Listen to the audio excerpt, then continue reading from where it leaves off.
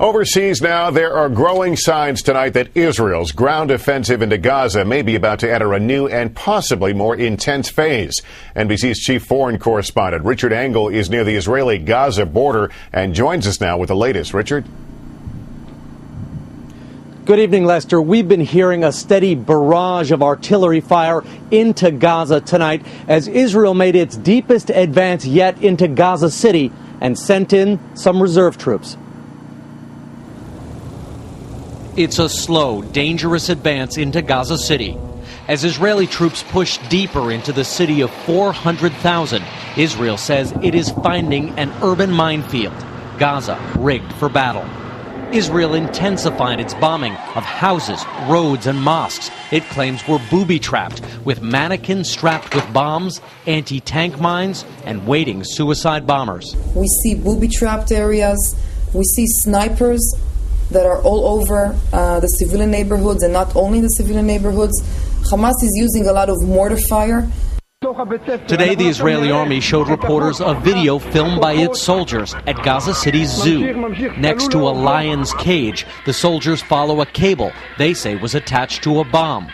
They defused it. But for Palestinians, shelter in Gaza is increasingly hard to find. Thousands are taking refuge in United Nations schools. There's little food or clean water. And doctors in Gaza today accused Israel of using controversial white phosphorus munitions.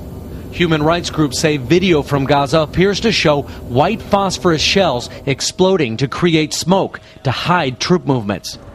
The chemical can also be lethal. Burns which we receive here are not like the burns which we use to treat here. It's mostly massive and very deep burns. White phosphorus is not illegal under international law. The U.S. military uses it extensively in Afghanistan.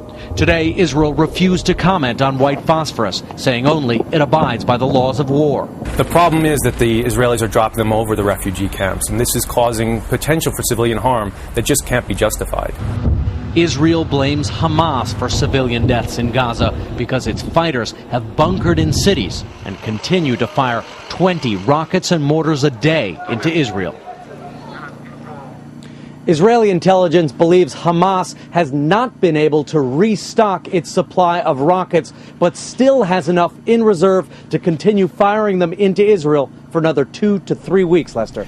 Richard Engel tonight. Thanks, Richard.